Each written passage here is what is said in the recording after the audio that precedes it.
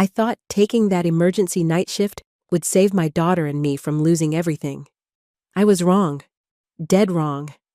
Because the man I met in that dimly lit hotel lounge, the one who saved me from a drunk predator with just 2 cold words, turned out to be Luca Moretti, the city's most feared crime boss. When my abusive ex discovered where I worked and started making threats, I had a choice. Trust the monster who protected me, or keep running with my 7-year-old daughter until we had nowhere left to hide. What I didn't know was that my ex had already chosen his side, and it wasn't mine. Subscribe and comment below if you've ever had to choose between the devil you know and the one you don't, because this story is about to get darker than a midnight confession. The alarm screamed at 5:30. I slammed the button down and rolled toward the window. Gray light leaked through the thin curtains. Another day of scraping by. Bills covered the kitchen table, rent notice, overdue electric. Elena's lunch money sat in quarters beside the coffee maker. I counted twice. Enough for today. Mama? Elena's voice drifted from the bedroom. Morning, baby. I pulled her school clothes from the closet. Mrs. Garcia is picking you up today. Elena's face fell. You're working again? Just tonight. Emergency shift at the hotel. I kissed her forehead. Pancakes tomorrow, I promise. Elena felt sad. Her small shoulders drooped as she ate cereal. I watched her draw circles in the milk with her spoon. My chest tightened. The phone buzzed. Unknown number. Hello? Mia Carter? The voice was rough. This is Raphael. I need to talk. My breath caught. Raph. 3 months of silence, and now this. No. It's about Elena, about what's fair. Stay away from us. I hung up. My hands shook as I braided Elena's hair. She felt the tremor in my fingers. Mama, you okay? Always. The lie tasted bitter. At school drop-off, I scanned the parking lot. No sign of Raph's beat-up Camaro. Elena hugged my legs before running to her teacher. I watched until she disappeared inside. The hotel loomed downtown. 30 floors of glass and marble. I'd cleaned everyone at some point. Tonight meant good tips if I stayed invisible. Carter. The night manager barely looked up. You're covering the executive floors, 12 through 24. Any VIPs? Always. Keep quiet. 1 complaint, and you're done. I felt scared. 1 complaint meant no job. No job meant no custody. No custody meant losing Elena forever. The service elevator hummed upward. Floor 12, empty offices. Floor 15, conference rooms. Floor 18, the executive lounge. The doors slid open. Soft jazz played in the dimly lit space. A single figure sat at the far end. Man in a perfect black suit. He held a glass of whiskey, but didn't drink. I rolled my cart to the bar. Crystal glasses caught the light as I wiped them down. The man watched me work. His stare felt heavy. Excuse me. I reached past him for the coaster. Just refreshing things. He moved his glass. Our fingers almost touched. Long night? He asked. His voice was smooth, controlled. Something shifted in his expression when he looked at me. They all are. I replaced the napkins. Sorry to bother you. You're not bothering me. I glanced at him again. Dark hair, strong jaw, tired eyes that held secrets. I should finish my rounds. Of course. I pushed the cart toward the hallway. The service corridor stretched ahead. Flickering fluorescent lights made shadows dance on the walls. Hey, sweetheart. I turned. A drunk man leaned against the wall. Expensive suit, loosened tie, predator's smile. Just trying to work, I said. Come here, let me see you. He stepped closer. Whiskey fumes rolled off him. I backed toward my cart. Please move. Don't be shy. His hand reached for my arm. Step away. The voice cut through the air. Cold, lethal. The drunk man froze. The man from the lounge stood behind him, No longer tired, no longer soft. His presence filled the corridor. "Now," he said. The drunk man stumbled backward. "Sorry, Mr. Moretti. Didn't know she was yours?" "She's not mine. She's under my protection. Leave." The drunk man fled. His footsteps echoed down the hall until silence returned. I pressed against the storage room door. My heart hammered against my ribs. "Thank you," I whispered. Mr. Moretti stepped closer. "Are you hurt?" "No, I'm fine." "Good." His eyes found mine. "Finish your shift. Go home safe." He walked away. I stayed frozen against the door until my breathing slowed. The rest of the night passed in a blur. I cleaned mechanically. Moretti. That name meant something. Something dark. At dawn, I caught the bus home. The city blurred past the window. Gray buildings, empty streets. My reflection looked haunted. Elena was still asleep when I unlocked our apartment. I kissed her forehead and made coffee. The morning news droned from the small TV. Luca Moretti, alleged head of the Moretti crime family, was questioned yesterday about recent violence in the warehouse district. The screen showed his face, those same dark eyes, the same controlled expression. My coffee mug slipped from my hands. It shattered on the kitchen floor. Elena padded out in her pajamas. "Mama, what happened?" "Nothing, baby. Just clumsy." But my hands shook as I swept up the pieces. I'd been saved by a monster. The most dangerous man in the city had protected me. And I'd looked into his eyes and seen something human. Elena ate breakfast while I replayed the night. His voice when he said my name. The way he'd stepped between me and danger without thinking. "Mama, you look scared." "Just tired." I smoothed her hair. "School today? Then I'll pick you up." "Promise?" "Promise." After dropping Elena off, I walked home slowly. The neighborhood felt different. Every shadow might hide Raf. Every parked car might be his. Our building came into view. 3 stories of peeling paint and broken dreams. I climbed to the second floor and stopped. A man leaned against the stairwell railing. Leather jacket, stubbled jaw, cruel smile. Raf. "Hello, Mia." My breath caught. "What are you doing here?" "Visiting. This is still my city." "You have no right to be here." "I have rights. Elena's my blood." He stepped closer. "You can't hide forever." "I'm not hiding." "Sure you are. New job, new schedule, keeping my daughter from me." "She's not your daughter anymore. You lost that right." His face darkened. "I never signed papers."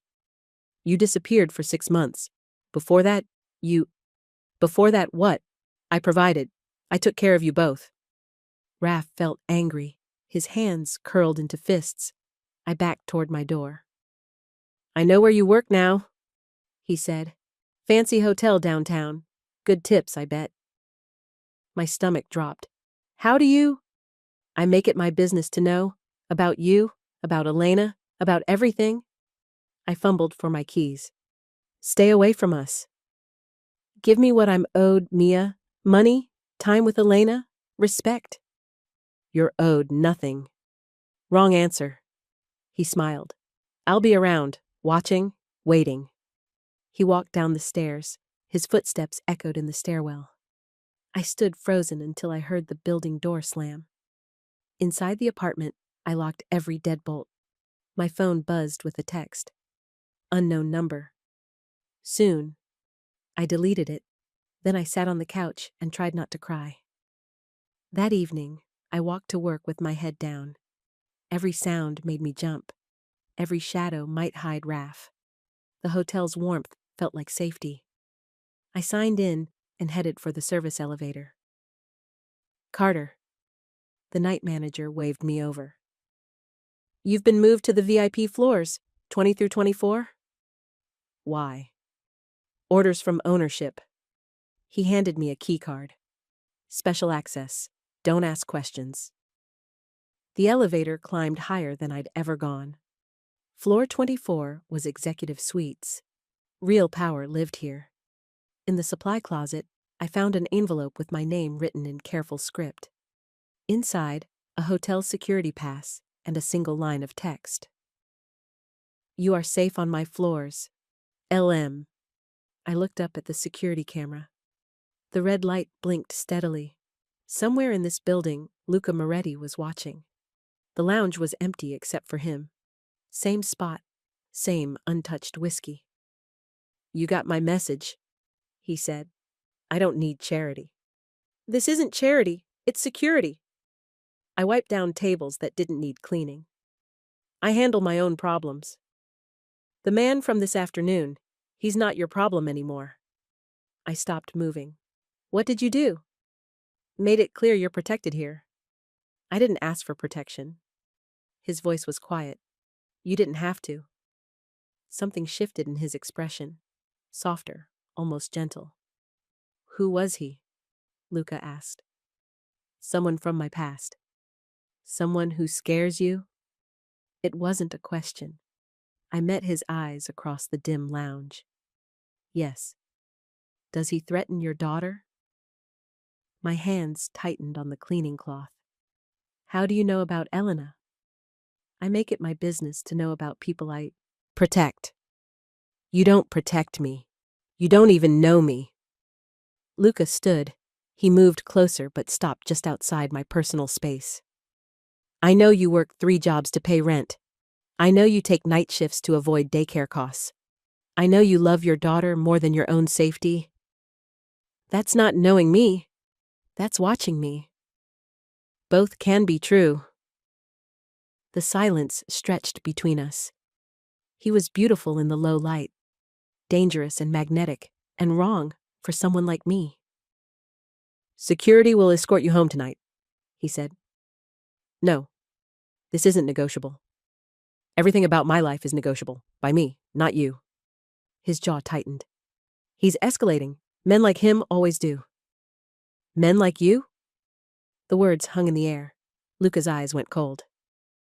Yes, men like me, which is why I recognize the type.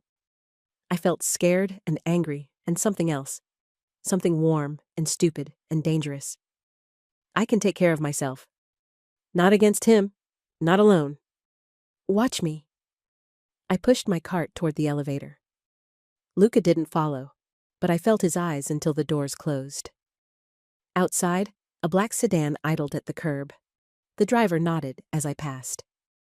I ignored him and walked to the bus stop. The sedan followed at a distance, all the way to my neighborhood, all the way to my door. I climbed the stairs and looked back. The car waited under a broken streetlight. In my apartment, I checked on Elena.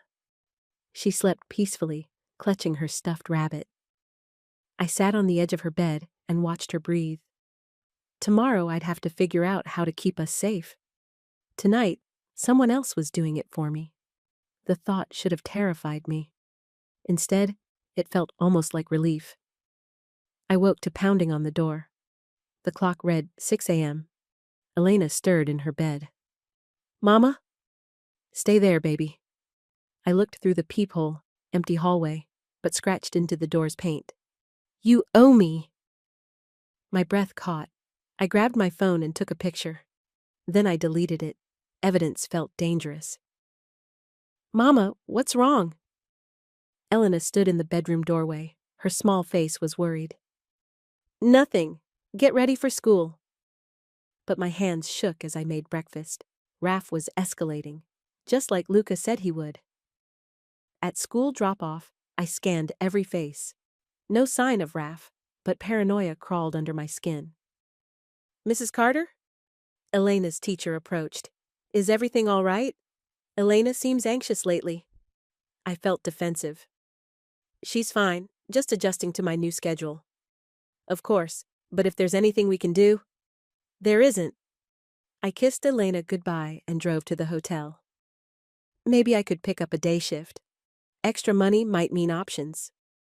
No day shifts, the manager said. But you're covered tonight, same floors. I need more hours.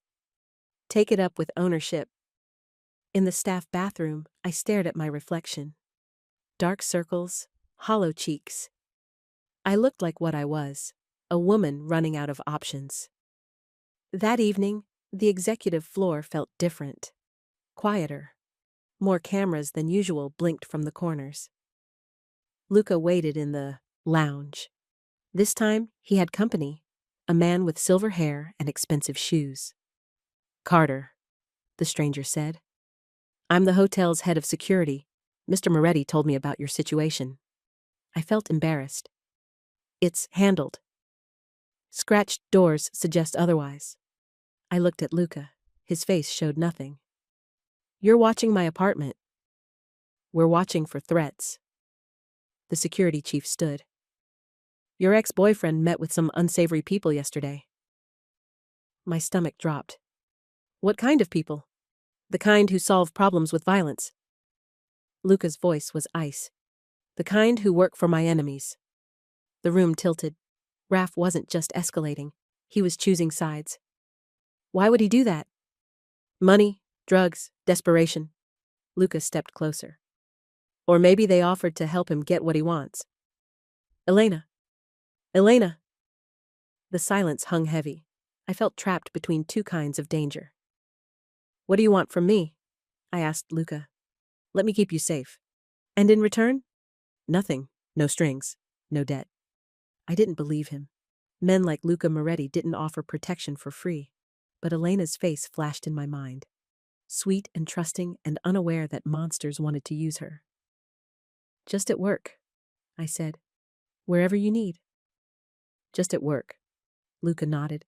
Something shifted in his expression again. Relief, maybe.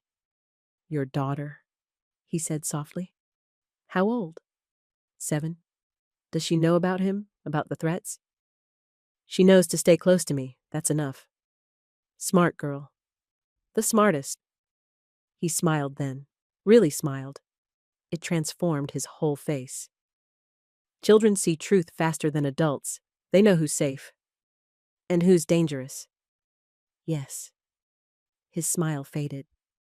"That too." The next morning brought new horror. Elena's bedroom window showed scratches around the lock. Fresh ones. I called the police. They took a report and left. No evidence of breaking and entering. Just harassment. "Unless he actually gets inside," the officer said, "there's not much we can do." I felt helpless. The law couldn't protect us, and I'd been too proud to accept help from the only person who could. That night at work, I found Luca in his usual spot. "He tried to get in," I said. Luca's glass hit the table too hard. Whiskey splashed across the marble.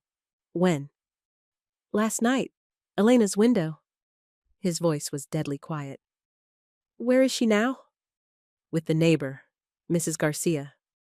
"Pack a bag, both of you." "What?" "Tonight. You're not going back to that apartment." I felt panicked. "I can't just leave." "You can. You will." He stood. "My driver will take you to get Elena. Then you're coming with me." "This is moving too fast." "He's moving faster." Something in his tone made me stop arguing. This wasn't a request. "Where?" "Somewhere safe. Somewhere he can't reach." I thought of Elena sleeping peacefully while danger circled our building. How long? Until it's over. And then?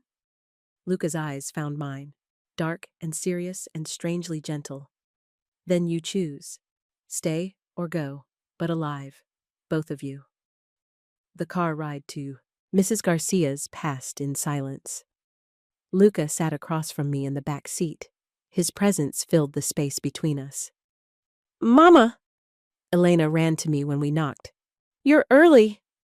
"Change of plans, baby. We're going somewhere safe for a few days." "Like a vacation?" "Something like that." I packed quickly. Clothes, Elena's stuffed rabbit, her art supplies. The essentials of our small life fit in 2 bags. Elena stared at Luca in the hallway. He knelt to her eye level. "I'm a friend of your mama's," he said. "I'm going to make sure you're both safe." "Are you a good guy or a bad guy?"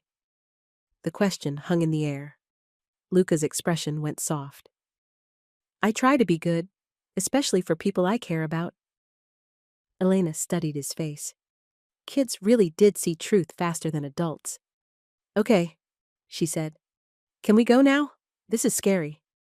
In the car, Elena fell asleep against my shoulder. Luca watched us both with something I couldn't name. Where are we going? I whispered. Home. The word hit me strangely. We'd been homeless for years, apartment to apartment, running from wrath and debt and the past. Your home? Our home, for as long as you need it. The city lights blurred past the windows.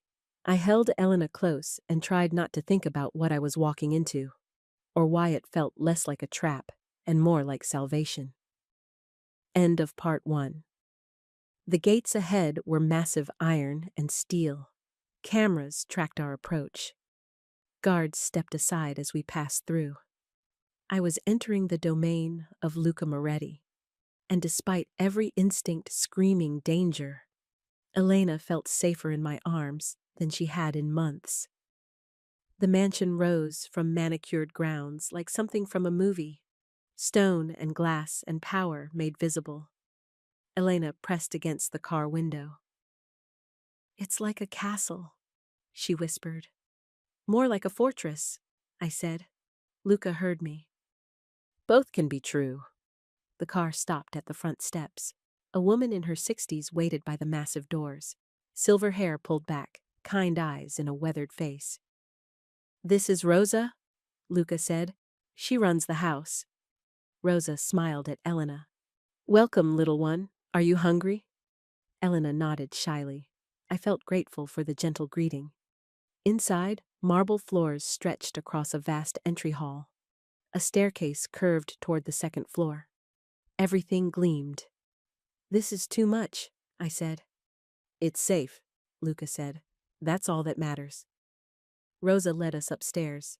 The guest wing had 2 bedrooms connected by a sitting area. Soft colors, comfortable furniture. A far cry from our cramped apartment. Dinner is at 7, Rosa said. But I can bring something earlier if you'd like. Thank you. I set down our bags. This is very kind. Mr. Luca takes care of his people. After Rosa left, Elena explored the rooms. I stood at the window watching guards patrol the grounds. Mama, look! Elena called from the bathroom. The tub is huge! I found her standing beside a marble bathtub big enough for 3 people. Her eyes were wide with wonder. Can I take a bath? Of course, baby. While Elena splashed in bubbles, I tried to process everything. Yesterday, we'd been trapped in a cycle of fear. Tonight, we were guests in a mansion, protected by a man who could destroy us both. A soft knock interrupted my thoughts. Luca stood in the doorway. Everything comfortable? Yes, thank you. He listened to Elena's laughter echoing from the bathroom. Something shifted in his expression. She sounds happy. She loves baths, and bubbles, and basically anything that isn't hiding. How long has she been hiding? The question was quiet, careful. 2 years, since Raph started getting violent. Luca's jaw tightened. With you? With me, never her. But she saw enough. Children shouldn't see violence. No, they shouldn't. The silence stretched between us. Elena's voice drifted through the bathroom door, singing off key. I lost my son when he was 8, Luca said suddenly. My breath caught. I'm sorry. Car bomb, meant for me. They were in the wrong place. They? My wife and son, Maria and Nico. The pain in his voice was raw, old but still bleeding. How long ago? 3 years, 7 months, 16 days. I felt his grief like a physical weight in the room. Is that why you're helping us? Maybe. Does it matter? I need to know what this costs. Luca stepped closer.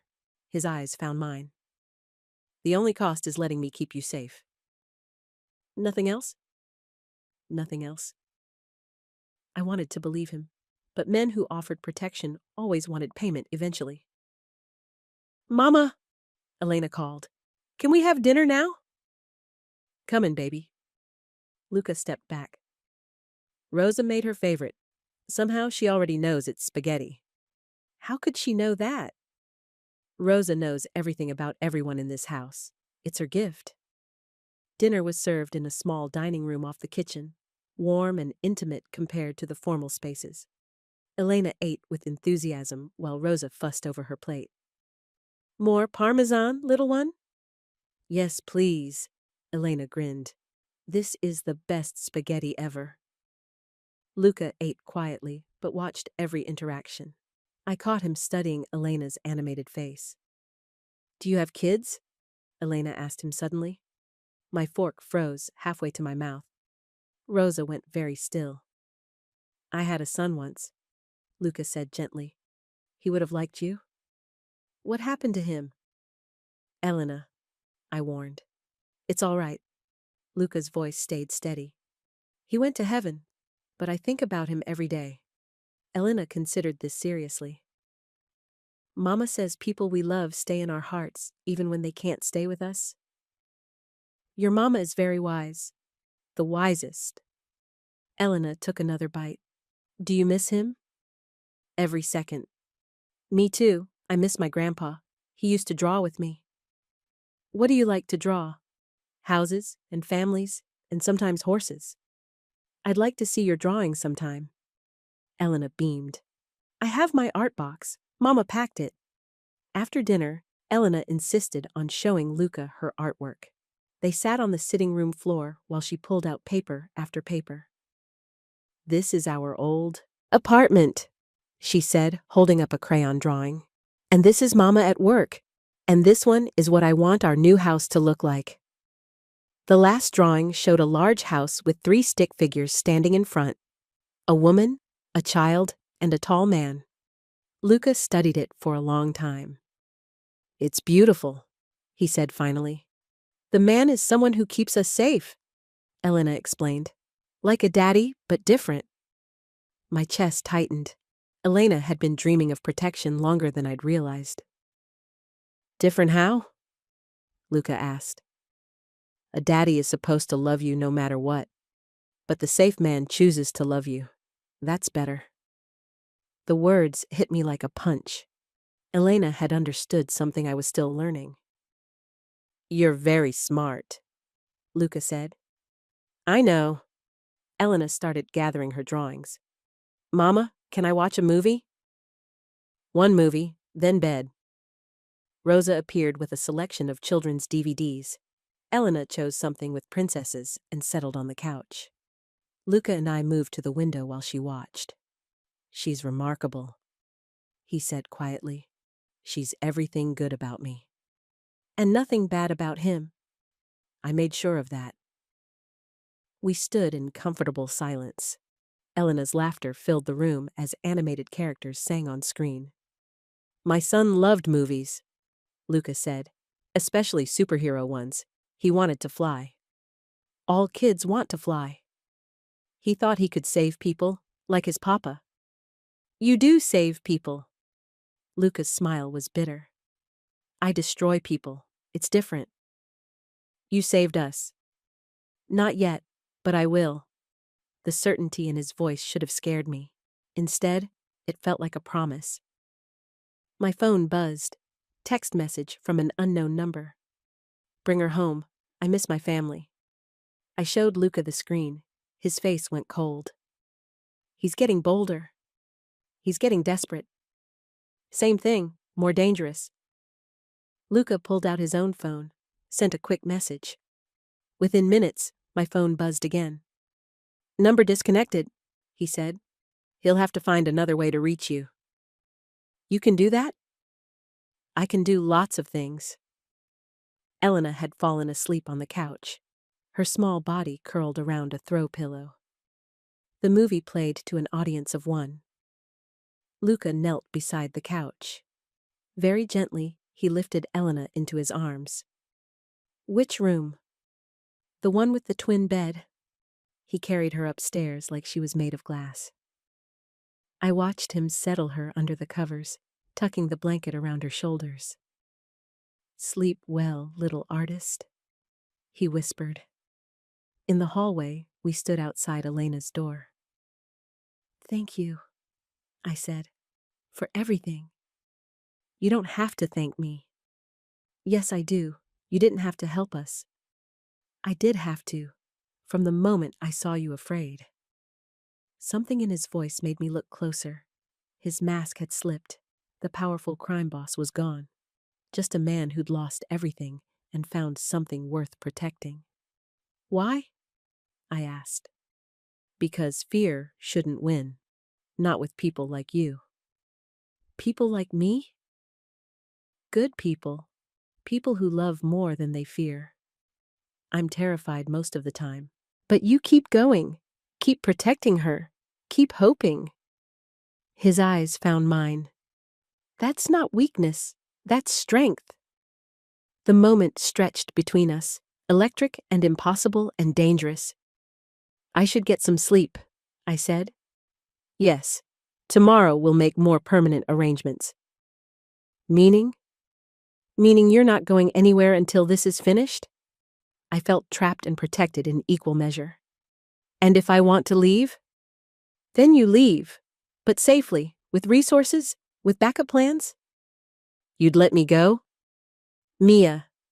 My name sounded different in his voice, softer. "I'd let you do whatever makes you happy, but I won't let him hurt you." I believed him, which scared me more than anything else. In my room, I stared at the ceiling for hours. Every sound made me jump, but not from fear of danger, from fear of wanting to stay. Morning brought sunshine through tall windows. Elena woke before me, already dressed and exploring. "Mama, there's a garden and fountains and a man who cuts the grass." I found her at the window watching the grounds crew work. "It's beautiful, isn't it? Can we go outside? After breakfast?" Rosa appeared with fresh clothes. "For the little one. I hope the sizes are right." Elena held up a flowered dress. "It's so pretty." "How did you—" I started. "Lucky guess," Rosa said, but her smile suggested otherwise. At breakfast, Elena chattered about everything she wanted to see. The garden, the fountain, the library Luca had mentioned. "Can we explore today, Mama?" "We'll see." "That means no." Elena sighed. Luca entered the breakfast room carrying a tablet. His expression was serious. "Good morning, ladies." "Morning," Elena waved. "Rosa made pancakes." "I can see that." He sat across from us. "How did everyone sleep?" "Good," Elena said. "The bed is really soft." Luca looked at me. "And you?" "Fine, thank you." But we both knew I was lying. Dark circles under my eyes gave away the sleepless night. "After breakfast, would you like to see the grounds?" he asked Elena. "Yes," Mama said maybe.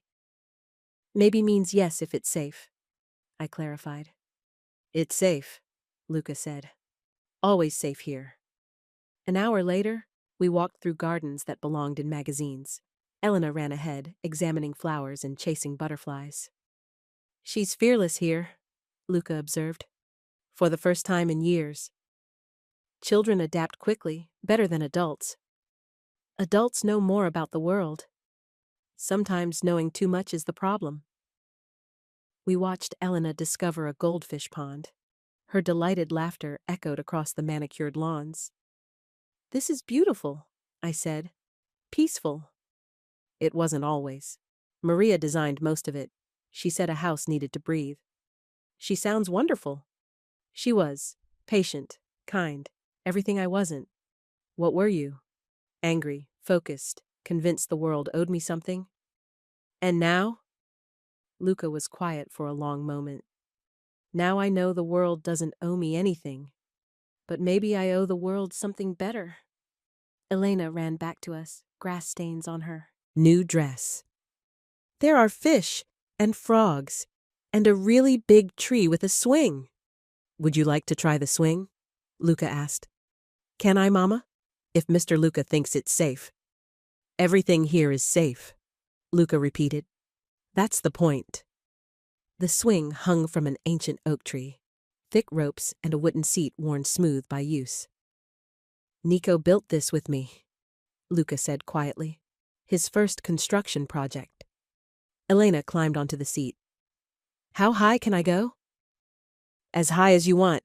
I'll catch you if you fall. He pushed gently, then higher as Elena squealed with joy. I watched his face transform.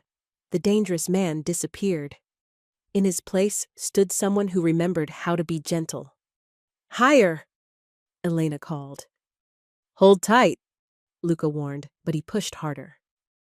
Elena's laughter filled the garden, pure and bright and fearless. This is the best day ever, she announced. Later, while Elena napped in the afternoon sun, Luca and I sat on a stone bench near the pond. She's happy, he said. She deserves happiness. So do you. I felt uncomfortable with the attention. I'm fine. You're surviving. That's different. Surviving is enough. Is it? The question hung between us. Elena slept peacefully on a blanket nearby, her art supplies scattered around her. What do you want me to say, Luca? That I dream of more? That I wish my life was different? I want you to say what's true. The truth is, wanting more feels dangerous. Hope feels dangerous. Why? Because every time I've hoped for something better, it's been taken away. Luca's voice was gentle. Not everything gets taken. Everything important does. Elena hasn't been taken. Not yet, but Raf will never touch her. I promise you that. The certainty in his voice was absolute, terrifying and comforting at once. How can you promise that? Because men like Raf understand only one language, and I speak it fluently. A chill ran down my spine. This was the reminder I'd needed. Luca wasn't just a protector. He was a predator who'd chosen to shield instead of hunt. Does that scare you? He asked. Yes. Good. Fear keeps you smart. And trust? Trust keeps you human. Elena stirred on the blanket. She sat up, blinking in the afternoon light. Mama, can we have dinner here? Like a picnic? I don't think... Rosa already prepared something, Luca said. If you'd like. Elena clapped her hands. Yes, a garden picnic. Dinner on the terrace felt magical. String lights twinkled overhead as Rosa brought course after course. Elena ate with her fingers and giggled at everything. This is the most beautiful place in the world, she declared. I'm glad you like it, Luca said. Do you like it? The simple question seemed to catch him off guard. I do, especially when there are people here to enjoy it. It must be lonely sometimes. Out of the mouths of babes, Elena had identified something I'd sensed but couldn't name. Sometimes, Luca admitted. Well, now you have us. We're good company. The best company? As Elena finished her dessert, a sharp crack echoed from the darkness beyond the garden. Luca was on his feet instantly. His hand moved inside his jacket. What was that? I asked. Probably nothing, but we should go inside. Another crack, closer this time. Mama? Elena's voice was small. I swept her into my arms. Just being careful, baby. Luca spoke into a radio. Perimeter check, now. 3 men appeared from the shadows, armed and alert. Stay behind me, Luca ordered. We moved toward the house in formation. Elena buried her face in my neck. It's okay, I whispered, but my heart was racing. Inside, Rosa locked the doors behind us. The house felt different now. Less sanctuary, more fortress. What happened? I demanded. Someone tested our defenses, Luca said. Not uncommon. Testing how? Seeing how close they can get, how fast we respond. My breath caught. Raf? Or his new friends? Elena looked between us with wide eyes. Are the bad guys here? No, sweetheart. Luca knelt to her level. The bad guys can't get inside. This house is protected by very good people. Are you a good people? The question was innocent. The answer was complicated. I try to be good for the people I care about. Elena seemed satisfied with that answer. She hugged her stuffed rabbit closer. Can I watch another movie? Of course, Rosa said. In the family room. Much cozier. While Elena settled in with her movie, Luca pulled me aside. They're escalating, he said quietly. How do you know it was them? Professional instinct. This was a probe. They're mapping our security. What does that mean? It means they're planning something bigger. My hands shook. Maybe we should leave. Find somewhere else to hide. Running won't solve this. It just changes the battlefield. Then what do we do? Luca's eyes went cold. We end it. How? By being smarter, faster, more prepared. And if they're smarter than you? They're not. The confidence in his voice was absolute. It should have been reassuring. Instead, it reminded me that I was trapped between two kinds of danger. Elena fell asleep during her movie. Luca carried her upstairs again while I followed behind. She's getting attached to you? I said as he tucked her in. Is that a problem? It will be when this is over. Who says it has to be over? The question stopped me cold. What? Maybe this doesn't have to end. Maybe it evolves. Into what? Into whatever you want it to be. I felt panicked. Luca, I can't. You don't have to decide anything now. Just don't assume this is temporary. Everything is temporary. Not everything. Not if you don't want it to be. In the hallway, we stood outside Elena's door again. The space between us felt charged. This is complicated, I said. The best things usually are. I'm not talking about complicated feelings. I'm talking about complicated circumstances. Such as? You're you. I'm me. You live in this world. I gestured around us. I live in the real world. This is the real world, Mia. Just a different part of it. A dangerous part. Everywhere is dangerous for someone. At least here, you're protected. Protected by someone who could destroy me. Luca stepped closer. I would never destroy you. You might not mean to. I don't do anything I don't mean to do. The certainty was both thrilling and terrifying. I need time, I said. You have all the time you want, but don't waste it being afraid of the wrong things. What should I be afraid of? Regret. Missed chances. Living small when you could live large. I don't know how to live large. Then let me show you. The offer hung between us, tempting and impossible and dangerous as hell. I should get some sleep, I said finally. Sweet dreams, Mia. The way he said my name made my chest tight. In my room, I stared out at the garden where we'd been so happy just hours before. Now guards patrolled the perimeter with weapons drawn. This was Luca's world, beautiful and dangerous and utterly foreign. Could I really build a life here? Did I even have a choice? End of part 2. My phone buzzed on the nightstand. Unknown number again. I know where you are. Pretty house, pretty gardens. Shame if something happened to them. This time, I didn't show Luca the message. This time, I deleted it and made a choice that would change everything. I woke to the sound of breaking glass. Elena's scream cut through the morning silence. Mama! I ran to her room. The window was shattered. A rock lay on the floor, surrounded by glittering fragments. A note was tied to it with string. Time's up! Elena cowered behind her bed. Blood trickled from a small cut on her cheek. Baby, are you hurt? Something hit the window. I was scared. Footsteps thundered up the stairs.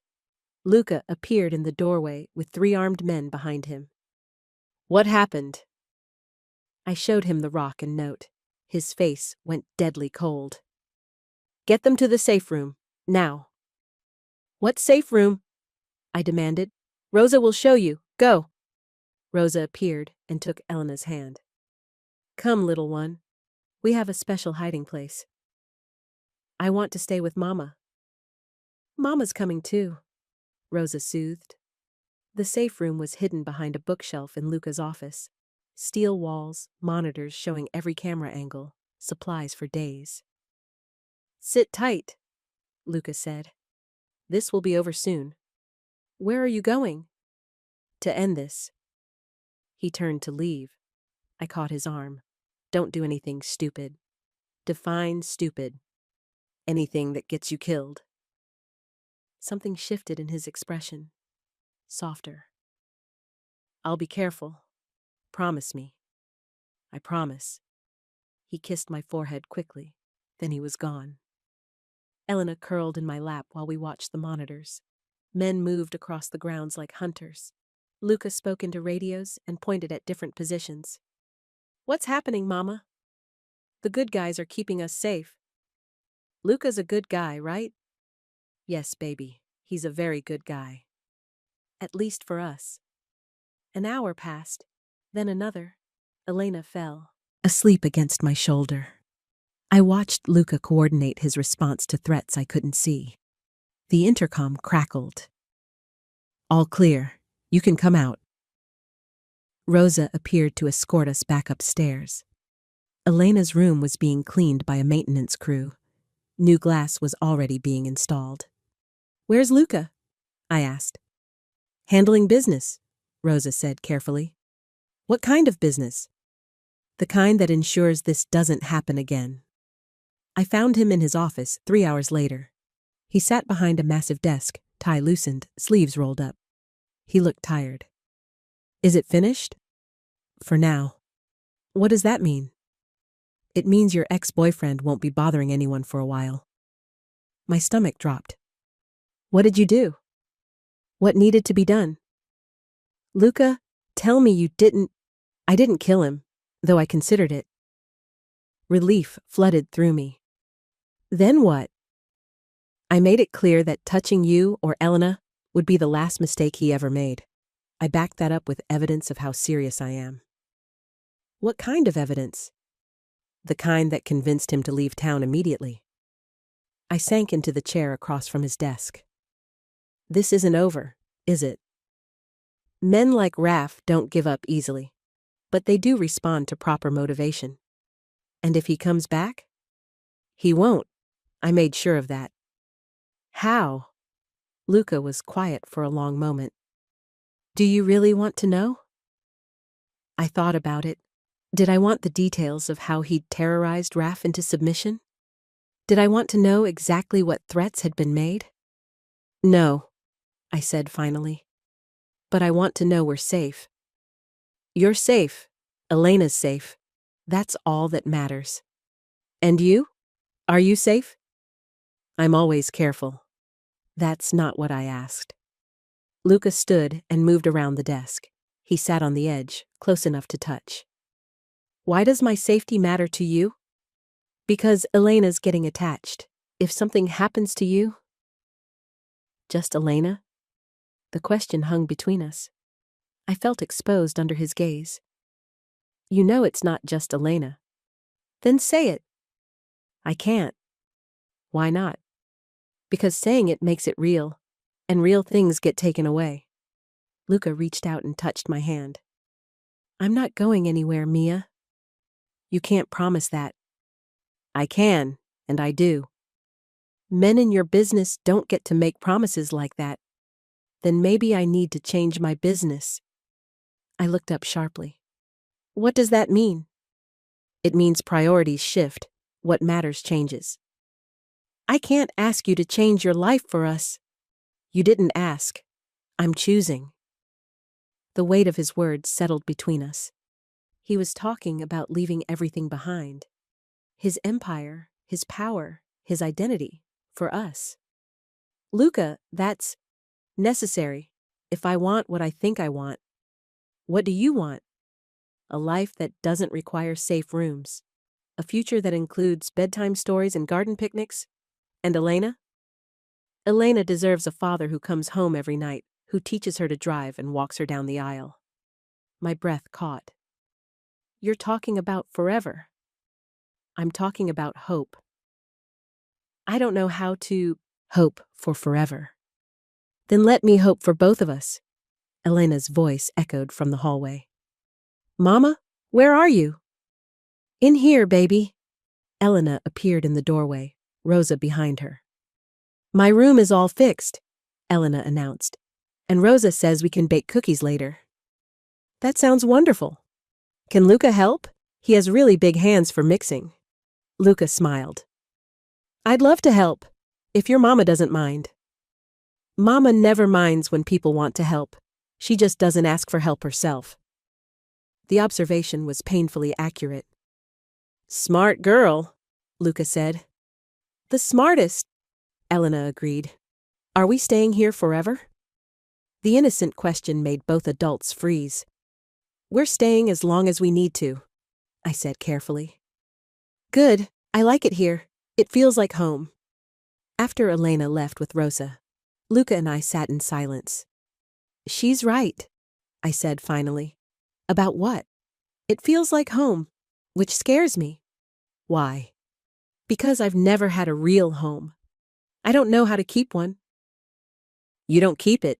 You build it, every day, with the people you love. And when those people leave? They don't have to leave, unless you push them away. I felt tears sting my eyes. I'm good at pushing people away. I'm good at staying where I'm wanted.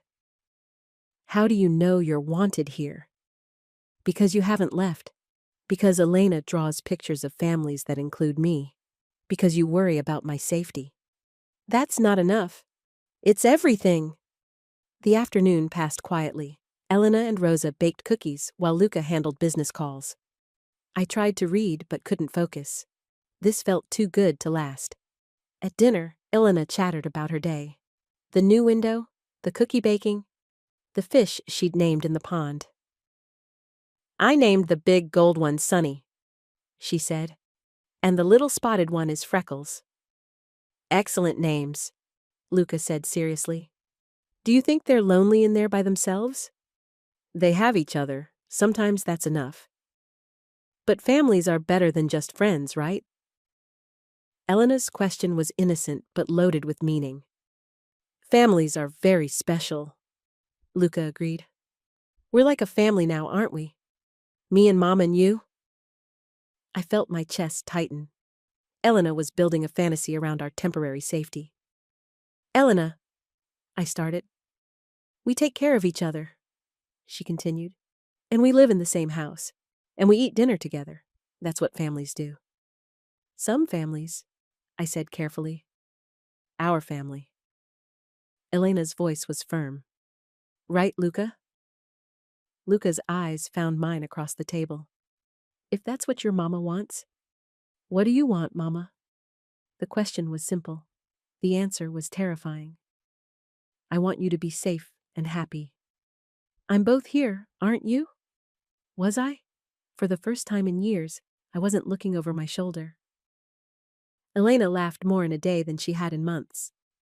The constant knot of fear in my stomach had loosened.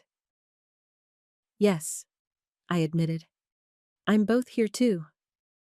Then it's decided. Elena clapped her hands. We're a family. After Elena's bath and bedtime story, Luca and I walked through the garden. Security lights illuminated the paths, but the guards were invisible. She's created her own reality? I said. Is that bad? It's dangerous. When this arrangement ends, what if it doesn't end? I stopped walking. Luca, be serious. I am serious. Dead serious. You can't just declare yourself a father. There are legal processes, custody issues. Raphael signed away his parental rights this afternoon. My breath caught. What? As part of our agreement, complete severance from you and Elena. He would never... He did, in exchange for certain guarantees about his continued health. The world tilted. You can't force someone to sign legal documents. I didn't force anything. I presented options. He chose the smart one. Luca, that's legal, binding, final. I sank onto a garden bench. Raph was really gone. Not just hiding or running. Gone. Why didn't you tell me? Because I knew you'd worry about the methods instead of celebrating the results. The methods matter. Do they? When the result is Elena's safety? I thought about Elena sleeping peacefully upstairs. No nightmares about her father. No fear of unexpected visits. What happens now? Now you decide what you want. And if I want to leave? Then you leave. With a clean legal slate. No threats. No fear. And if I want to stay? Luca sat beside me on the bench. Then you stay. As long as you want. As what? Your kept woman? Your protected witness? As my partner. Elena's mother. My family. The words hit me like lightning. Luca! I know it's fast. I know it's complicated. But some things are worth the risk. What if you change your mind? What if you change yours? We sat in silence, watching fountains glitter in the moonlight. Elena's already decided? I said finally. Elena's smart. She sees what works. And you think this works? Don't you? I looked back at the house. Our house. Elena's safe haven. The first place that had ever felt like home. Yes, I whispered. It works. Then stay. For how long? Forever, if that's what you want. Forever.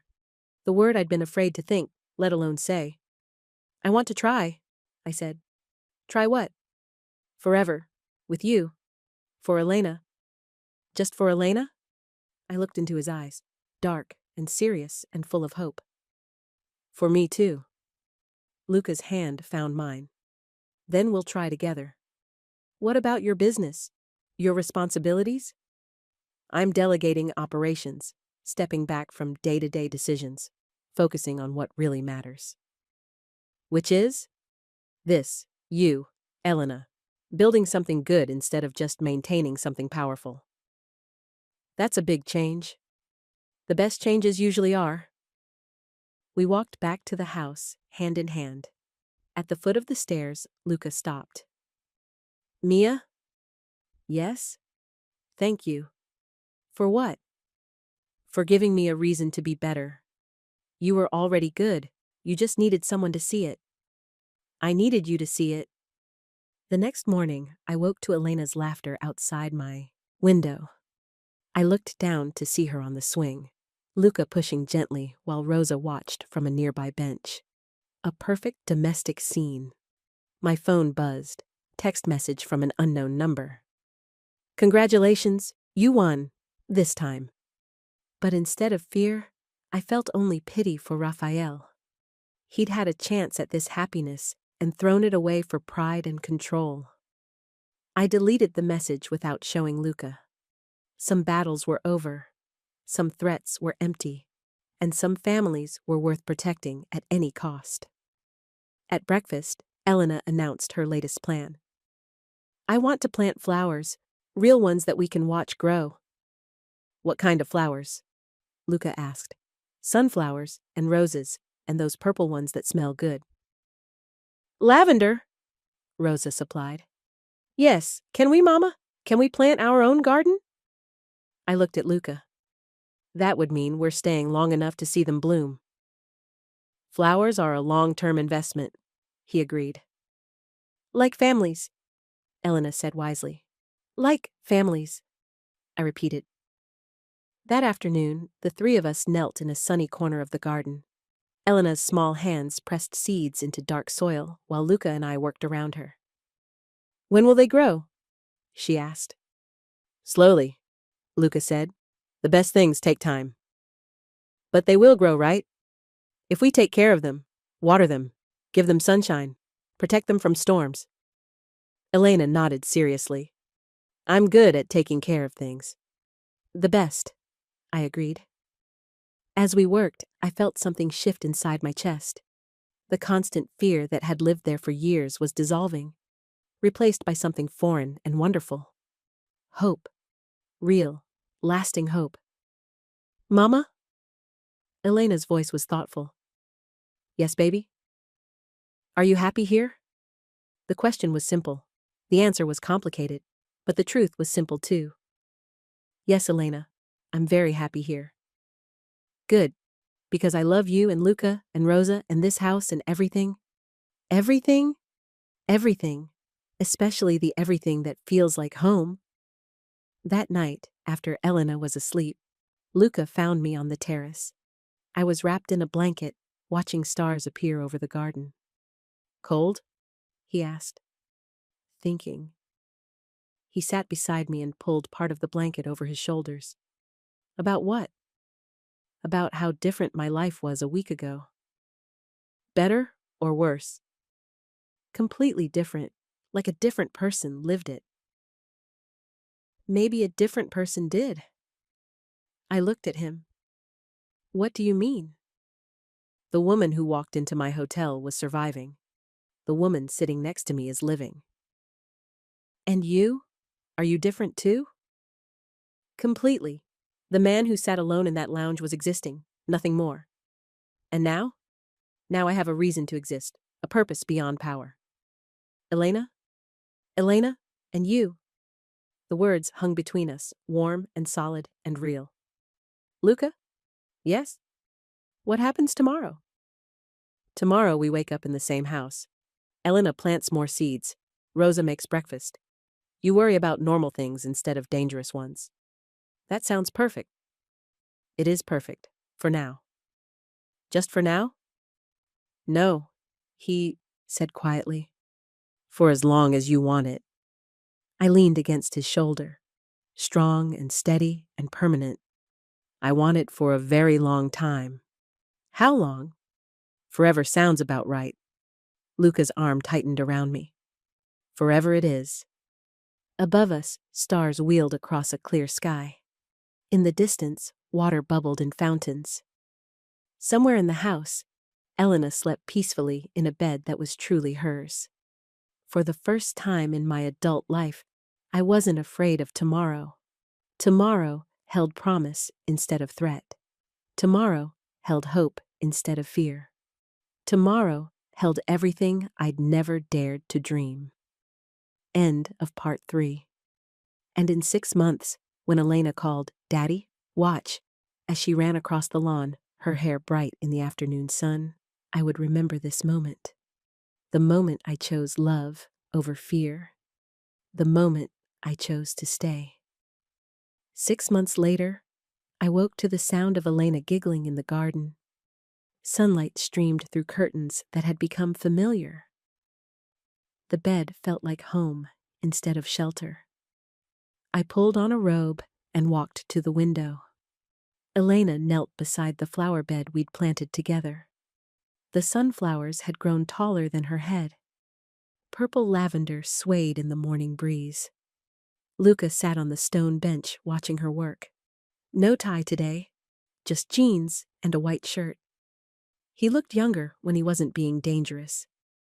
Mama! Elena spotted me at the window. Come see, the roses are blooming. I found them in the garden. Elena bounced on her toes beside a bush heavy with pink blooms. Aren't they beautiful? Gorgeous, I agreed. I picked some for the breakfast table. She held up a small bouquet. Rosa showed me how to cut them properly. Rosa's teaching you well. She's teaching me everything. How to make bread and fold napkins and arrange flowers. Luca smiled. Rosa's been wanting someone to pass her skills to. And I'm a good student. The best student, he confirmed. At breakfast, Elena's roses sat in a crystal vase between the orange juice and coffee. She'd arranged them with the precision of a tiny florist. What's the plan for today? I asked. School, Elena said. Then art class. Then dinner with you and Daddy. The word still caught me off guard sometimes. Not because it was wrong, but because it was so completely right. Sounds perfect. Can we have movie night too? It's Friday. If your homework is finished, Luca said. It's already finished. I did it last night after dinner. Then movie night it is. Elena beamed and returned to her cereal. Domestic routines had become second nature. School runs, homework checks, weekend plans, normal life. The kind I'd never thought we'd have. I need to go into the city today, Luca said quietly. Final transition meetings. How long? Few hours. I'll be back before dinner. Luca had been slowly extracting himself from day-to-day operations, delegating authority, transferring responsibilities, creating distance between his old life and our new one. Is everything okay? Everything's fine. Just paperwork now. Good. After Elena left for school with her driver, Luca and I sat in the garden drinking coffee. Morning light turned the fountains into prisms. Nervous about today?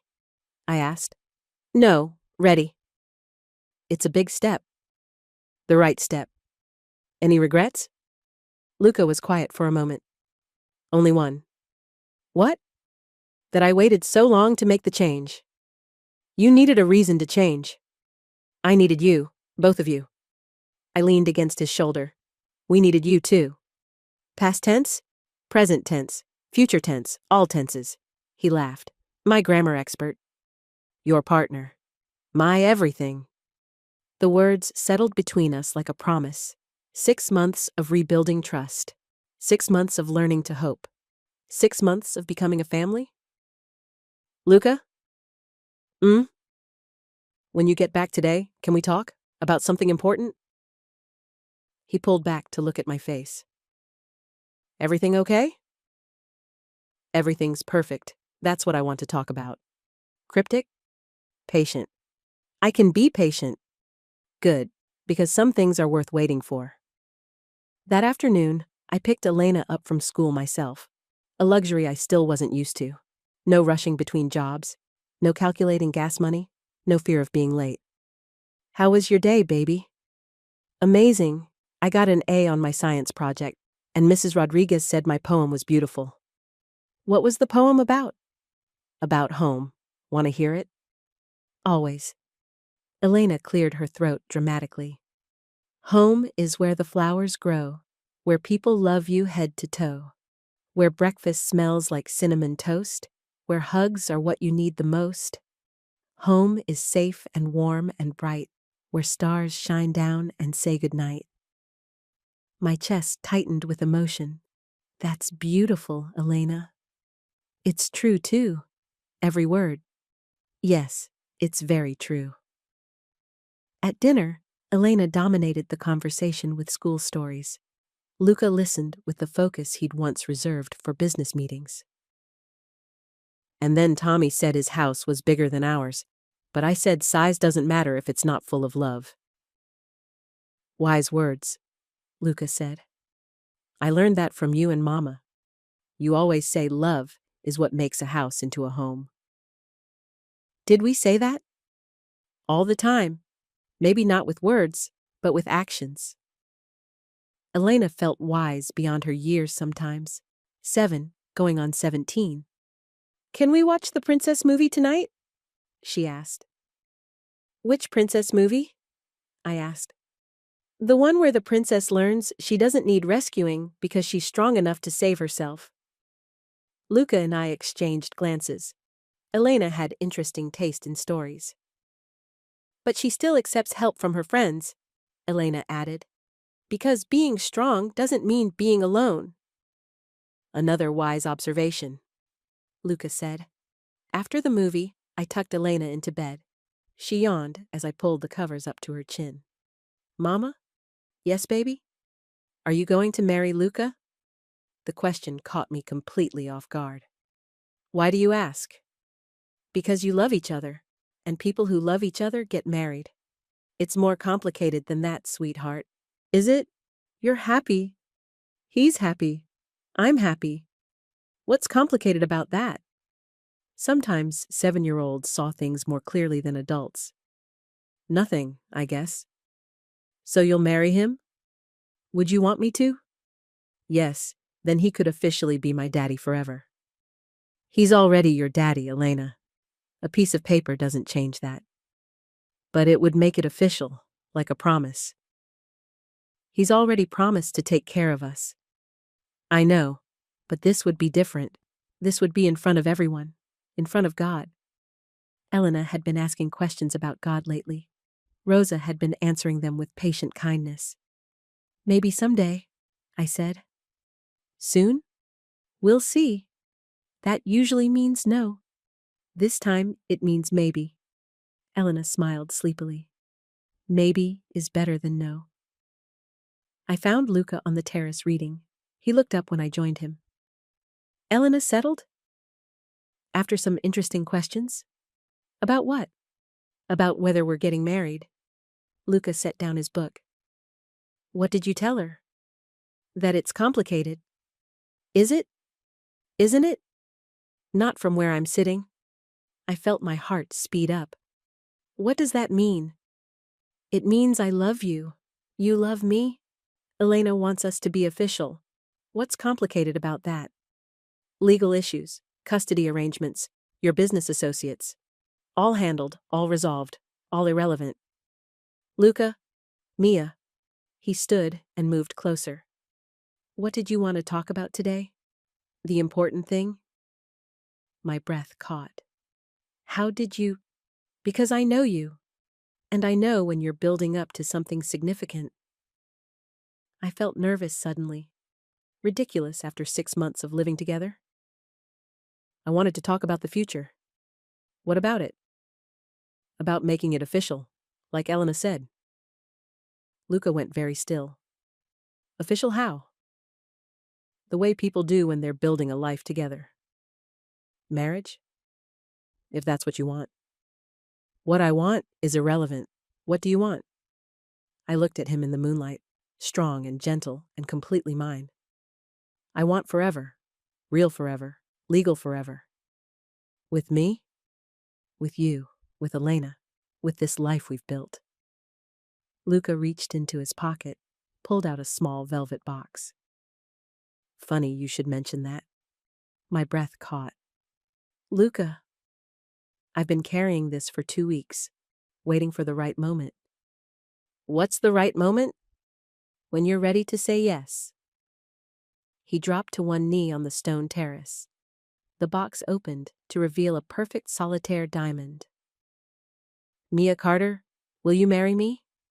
Will you be my wife, Elena's mother, my partner in everything?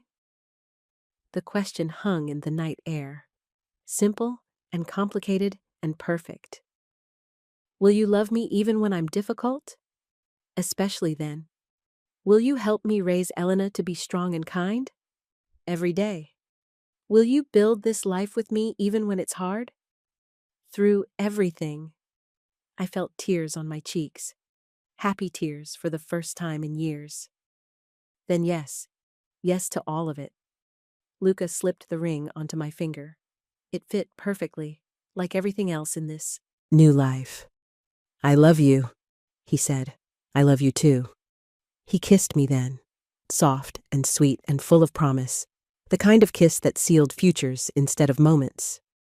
When? He asked when we broke apart.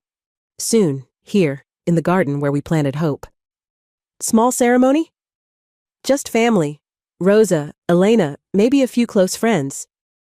Perfect. Elena's going to be so excited. Elena already knows. What? She helped pick the ring and the proposal spot and probably planned the wedding already. I laughed. Of course she did.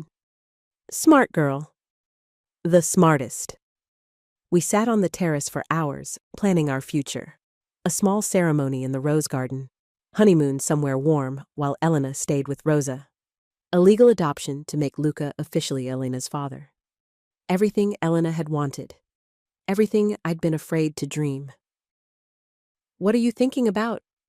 Luca asked. About how different my life was a year ago? About how scared I was? And now? Now I'm scared of different things. Like what? Like how happy I am, like how perfect this feels. Happiness isn't something to fear. It is when you've never had it before.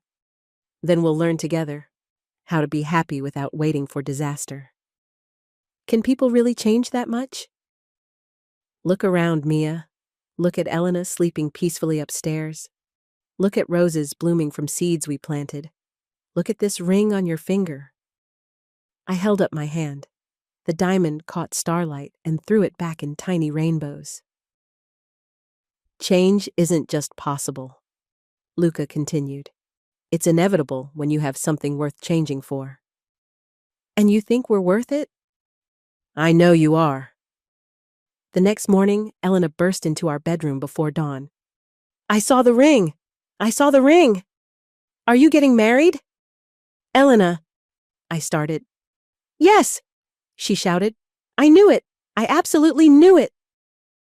She launched herself onto the bed between us, bouncing with excitement. When? Where? Can I be the flower girl? Can I wear a fancy dress? Slow down, Luca laughed. One question at a time. When? Soon. How soon? Next month, I said impulsively. In the rose garden. Next month? That's not much time to plan? We don't need much, just family and flowers and promises. And cake. We definitely need cake. Rosa will handle the cake. And music? We'll figure it out. Elena bounced between us, radiating pure joy. This is the best day ever. The wedding will be even better, Luca said. No, today is perfect because now I know for sure we're a forever family. We were already a forever family, I said. But now it's official. Now everyone will know. The wedding took place on a perfect October afternoon. Sunflowers nodded in a gentle breeze. Roses perfumed the air. Elena walked ahead of me, scattering petals with serious concentration. Rosa cried happy tears from the front row. A small circle of friends completed our audience. Nothing elaborate, nothing formal, just love made visible. Dearly beloved, the minister began, but I only heard Luca's voice when he spoke his vows. I promise to love you when you're strong and when you need strength.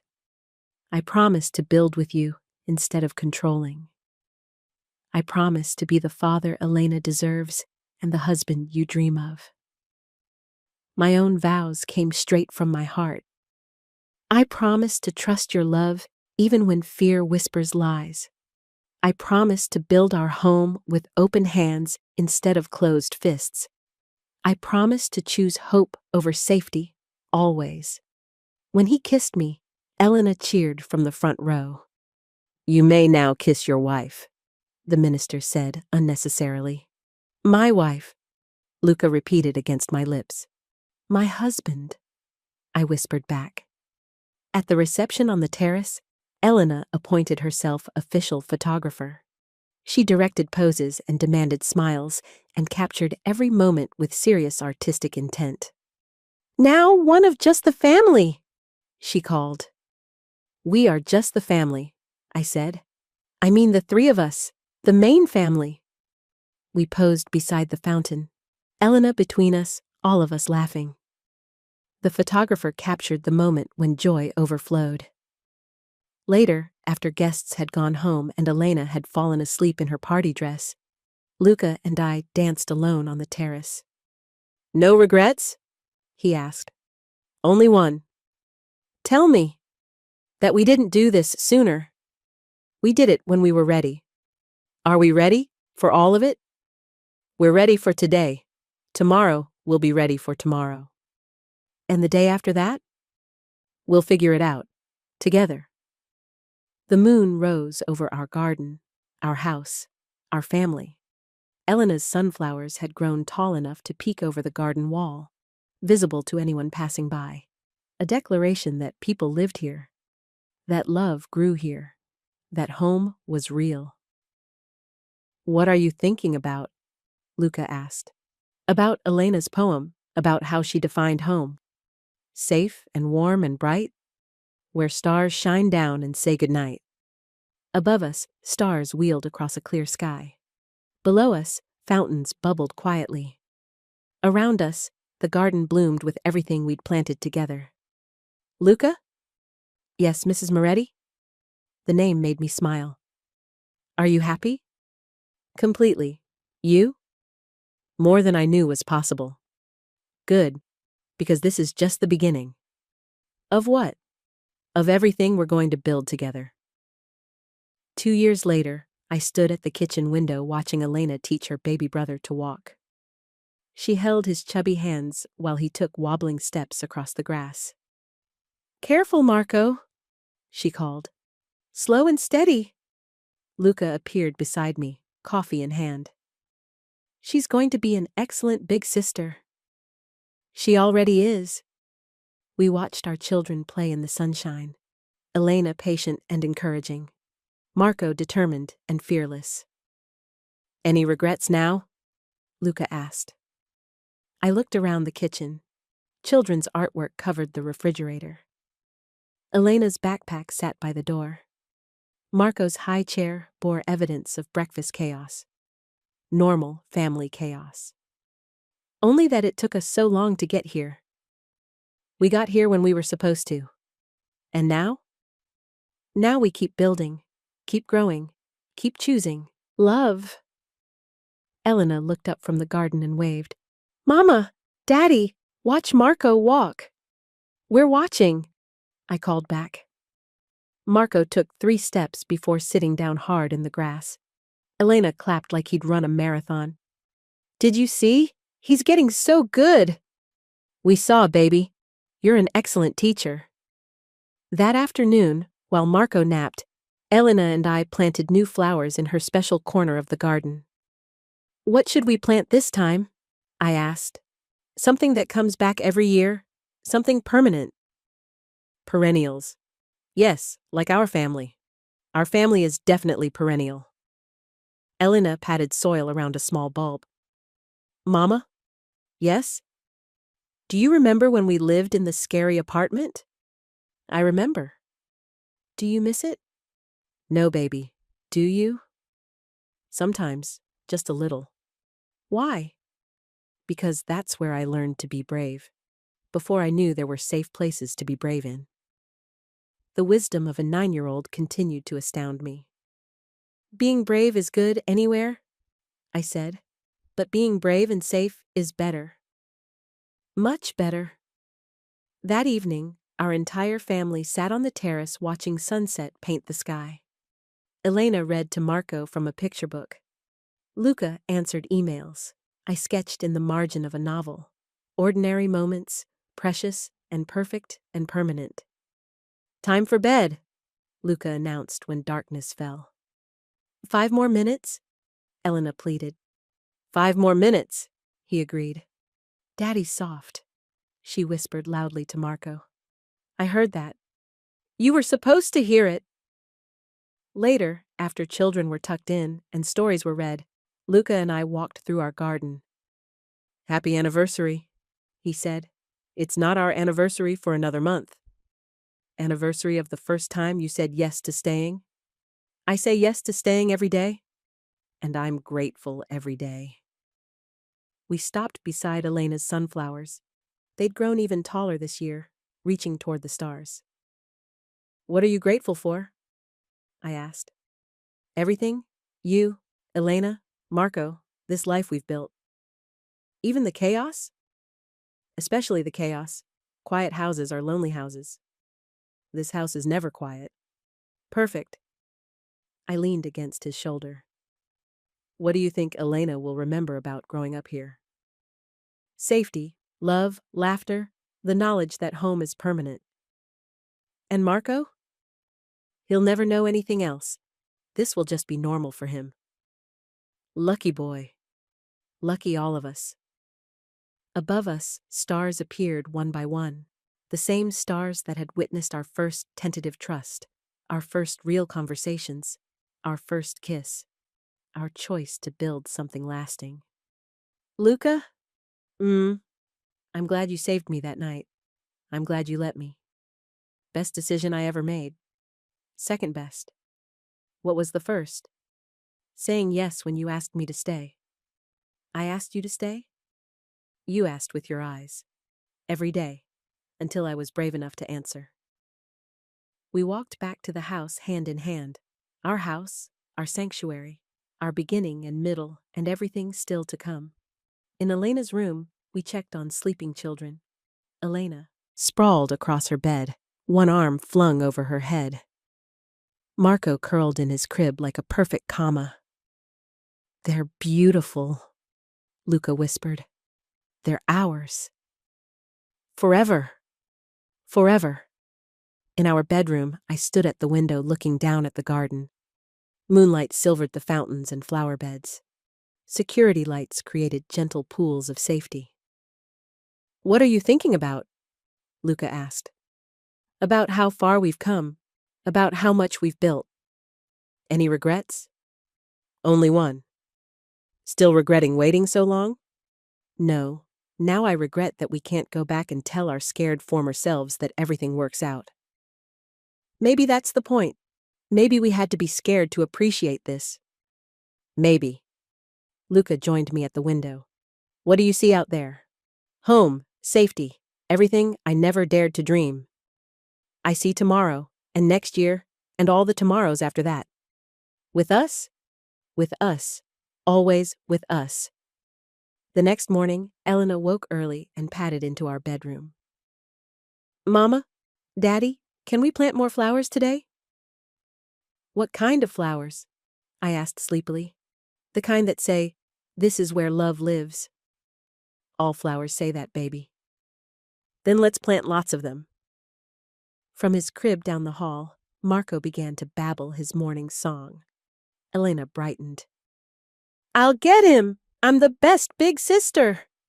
She raced toward his room. Within minutes, both children were giggling together. "Ready for another day?" Luca asked. "Ready for all of them." "Even the hard ones?" "Especially the hard ones. Hard days make the good ones better." "Wise woman. Loved woman. Makes all the difference." We got up and joined our children. Elena was trying to teach Marco to clap while he chewed on his stuffed elephant. "Look, he's almost clapping." "He's definitely trying," I agreed. "Everything's better when we try together," Elena announced. "Where did you learn that?" "From watching you and Daddy. You try at everything together." "Smart observation." "I'm full of smart observations." "The smartest," Luca confirmed. After breakfast, we worked in the garden as a family. Elena directed operations while Marco sat on a blanket examining flowers with intense concentration. "These will grow really big," Elena told him. "And when they do, you'll be bigger too. Big enough to help plant more." "By then, he'll probably have ideas of his own," I said. "Good. Everyone should have ideas about making things beautiful." "Everyone should have ideas about making things permanent," Luca added. "Like families," Elena said. "Like families." That afternoon, while children napped, Luca and I sat in the garden reading. Comfortable silence broken only by fountain music and birdsong. "Penny for your thoughts," he said, just thinking about permanence, about how some things really do last. Such as? This, us, what we've built. Having second thoughts? Having grateful thoughts. About saying yes to hope, about choosing love over safety. Love is safety. The best kind. The only kind that matters. Evening brought our usual routines. Dinner, baths, stories, songs, the ordinary magic of family life. "Sweet dreams, little artist," Luca whispered to Elena. "Sweet dreams, Daddy. Sweet dreams, safe house." In Marco's room, I rocked him while he drifted toward sleep.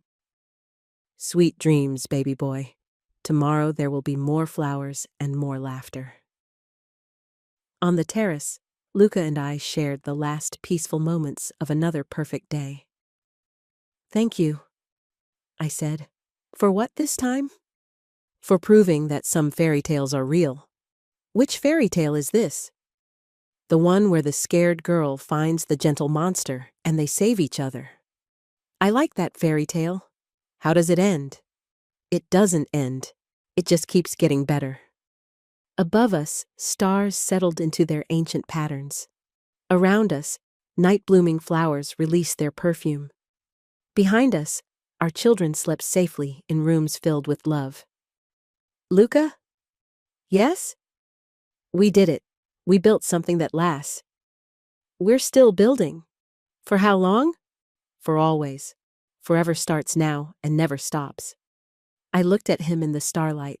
My husband, Elena's father, Marco's protector, the man who'd saved us all by learning to save himself.